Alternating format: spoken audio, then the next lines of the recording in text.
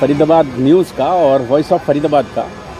हमारे साथ मौजूद हैं वरिष्ठ पत्रकार हैं धर्मेंद्र प्रताप। चर्चा वही कि कल चुनाव में मतदान प्रतिशत कम हुआ है, इसके क्या परिणाम आने वाले जो नतीजे हैं 12 तारीख को जो नतीजे आएंगे उन पर रहने वाले हैं, उसी के लिए क्या लग रहा है धर्मेंद्र भाई, क्या रहेगा इस बार चुनाव में? सबसे पहले मैं आपको बताऊंगा मतदान कम क्यों हुआ।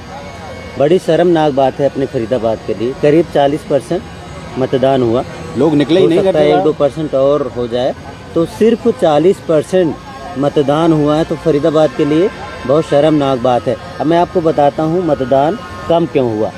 विधानसभा चुनाव में, लोकसभा चुनाव में जो इलेक्शन कमीशन या फरीदाबाद प्रशासन कहें, घर घर पर्चियाँ भिजवाता था। तो पहले से लोगों के पास पर्ची होती थी, लोग तैयार होते थे, पर्ची उठाओ, लाइन में लगो, वोट दे आओ। इस बार ऐसा हुआ नहीं। लोगों को लग रहा था कि वहाँ जाएंगे, खोजेंगे, कैसे पता चलेगा कि कहाँ है हमारा, कौन से बूथ पर आएगा, कौन से। हाँ, इस बार पर्ची भिजवाई नहीं गई। अब ये चालाकी से किया गया, प्रशासन ने, सरकार ने जानबूझकर वोटिंग परसेंटेज कम करवाने के लिए ऐसा किया, या कोई भूल हो गई, ये तो प्रशासन जाने, सरकार जाने। लेकिन धर्मेंद्र भाई आमतौर पर ऐसा होता है, प्रशासन नहीं भी भिजवाता है तो जो प्रत्याशी हैं वो प्रत्याशी ये पर्चियां भिजवाते रहे। लेकिन इस बार ऐसा देखा होगा कि बीजेपी के लिफाफे में या कांग्रेस के बीजेपी वालों ने तो भिजवा दिया। बीजेपी वाले होशियार थे, उनको पता था, ठीक है, उन्होंने भिजवा दिया। और उन्होंने जो पर्चियां भिजवाई वो ऐप के जरिए पर्चियां निकाल कर भिजवाई, और वो पर्चियां अंदर जो लिस्ट होती उनसे मैच कर रही थी। तो जो बीजेपी वालों ने अपनी पर्चियां भिजवाई थी, उनके लोग वोट करके आराम से आ जा रहे थे। जो अदर थे, कैंडिडेट थे, उनको शायद इसका पता नहीं था। जिसको पता था उन्होंने तो करवा लिया, मैंने नहीं किया। जिनको जो नहीं पता था, लगाने थे, कांग्रेस के पास टीम नहीं थी, वॉलंटियर्स नहीं थे। जो पेड वॉलंटियर्स लगाने थे उनके लिए उनके पास कोई व्यवस्था नहीं थी कि पैसा खर्च करें और वॉलंटियर्स बुला लें। बिल्कुल जी। तो वहाँ उनके साथ अब एक समझिए, कोई निर्दलीय प्रत्याशी, उसके पास ज्यादा पैसे नहीं है, तो कहाँ से सभी बूथों पर 10-10, 20-20 आदमी रखेगा कि 2-4 आदमी पर्ची काटें, बाकी मैनेज करें सारा कुछ। इतना पैसा तो होता नहीं, वो बेचारे मैनेज नहीं कर पाए। अब जहाँ पर बीजेपी का बूथ होता है तो वहाँ पर तो रहते हैं बंदे, वो पर्चियाँ भी काट रहे हैं, सबको मैनेज भी कर रहे हैं, तो वहाँ तो वोटिंग हो रही थी। लेकिन जो निर्दलीय लोग थे, जिन्होंने सारा तामझाम नहीं सेट किया था, तो वो इतना मैनेज नहीं कर पाए। और कांग्रेस तो थी ही नहीं, कई जगह तो लड़ी ही नहीं, कमजोर थी, बूथ नहीं लगे थे। तो ये सारा जो सिस्टम हुआ, एक तरह से मैं तो कहूँगा भैया बहुत बड़ी चूक हो गई, या तैयारी नहीं थी चुनाव की प्रशासन की, सरकार की, जिसकी वजह से वोटिंग कम हुई। लोग डर रहे थे, मैं घर से जाऊंगा, वहाँ पर्ची निकलवाऊंगा, उसमें टाइम लगेगा, उसके बाद अंदर जाऊंगा, उसमें टाइम लगेगा। तो इतना तामझाम में पड़ने के बजाय बहुत सारे लोग गए ही नहीं मतदान करने के लिए, तो वोटिंग परसेंटेज इसलिए कम हुआ।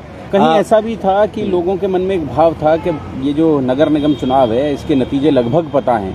भारतीय जनता पार्टी के अधिकांश पार्षद जीत कर आएंगे, अधिकांश जो मेयर है वो मेयर भारतीय जनता पार्टी की बन जाएगी। तो उसको लेकर भी एक उदासीनता का भाव वोटर्स में था कि ठीक है यार, नहीं डालेंगे तो भी क्या फर्क पड़ेगा, सरकार तो बीजेपी की आ रही है। देखिए भाई, ये सब वोटर्स की आदत हो गई है कि प्रतिनिधि या प्रत्याशी उनके बीच में आए, छोटी मोटी सभाएं करें, इसकी आदत हो गई। क्योंकि लोकसभा में ऐसा हुआ, विधानसभा में ऐसा हुआ, हर गली में, हर कॉलोनी में सभाएं होती हैं। तो वोटर वेट करता है कि जो भी प्रत्याशी हैं उनके बीच में आए, अपनी बात रखे, उनको समझाए, तब वो वोट करें। इस बार ऐसा हुआ नहीं।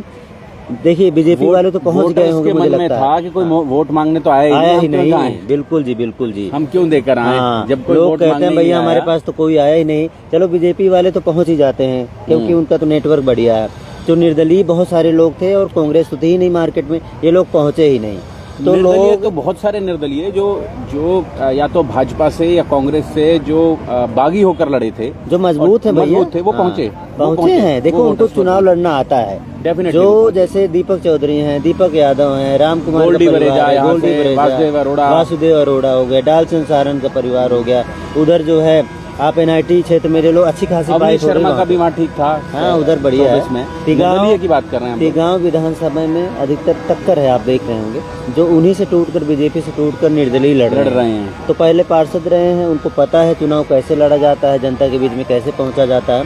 उन्होंने फाइट कर लिया, ठीक है। दीपक चौधरी ने फाइट कर लिया, दीपक यादव ने और पवन यादव ने भी फाइट कर लिया। ठीक है, क्योंकि इनको लड़ना आता है, इनका परिवार पहले से ही इस क्षेत्र में रहा है। एनआईटी में भी बहुत सारी सीटों पे अच्छी खासी फाइट हो गई, बहुत सारी सीटों पर फाइट है।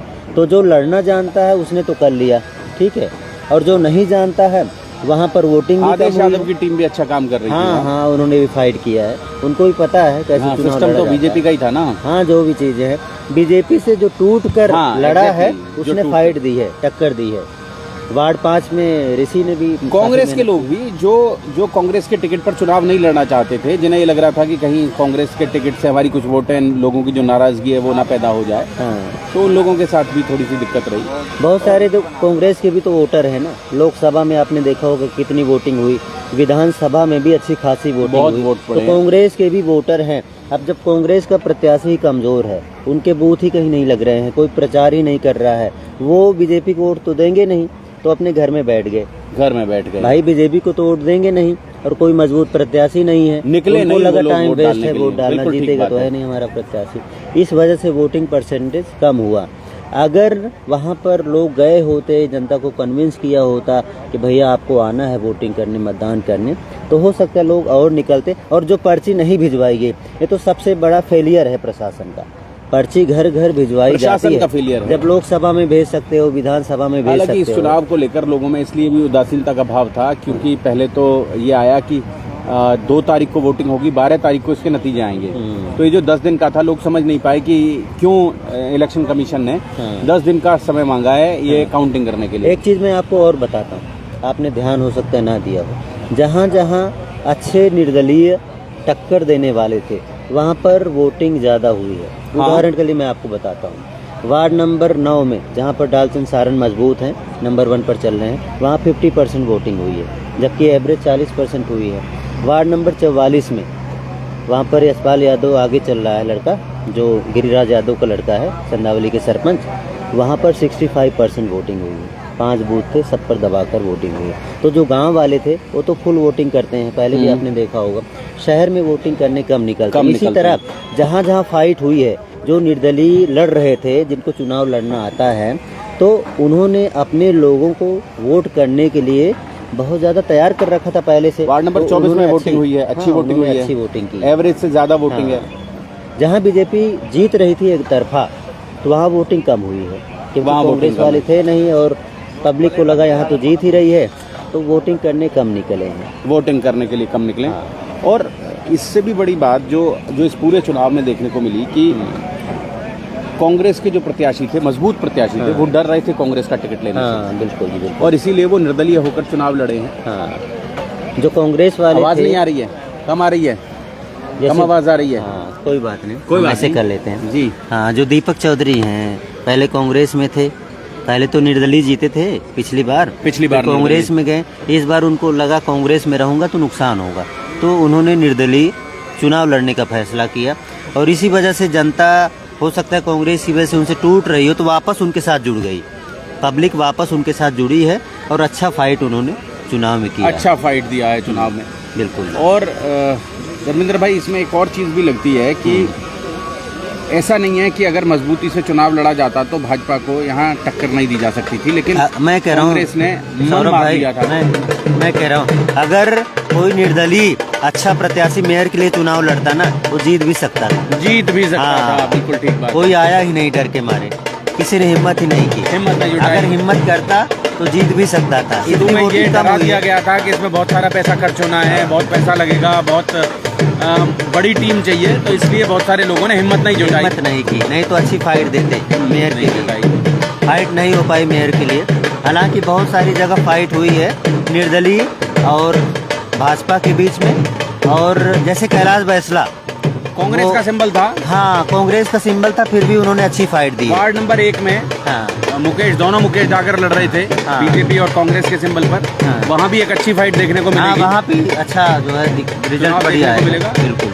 तो कुल मिलाकर ये चुनाव के नतीजे बताएंगे कि कैसा पलड़ा किसकी तरफ झुकता है। बहरहाल ऐसा लगता है कि लगभग 40 सीटें बीजेपी लेकर जाएगी। अब देखो, हो सकता है 35 के आसपास रह जाए। 35, हाँ, हो सकता है 10-11 सीटें निर्दलीय और हो सकता है एक सीटें कांग्रेस भी ले जाए, ठीक है। एक आध दो सीटें कांग्रेस। 8-10 सीटें हो सकते हैं निर्दलीय ले जाए।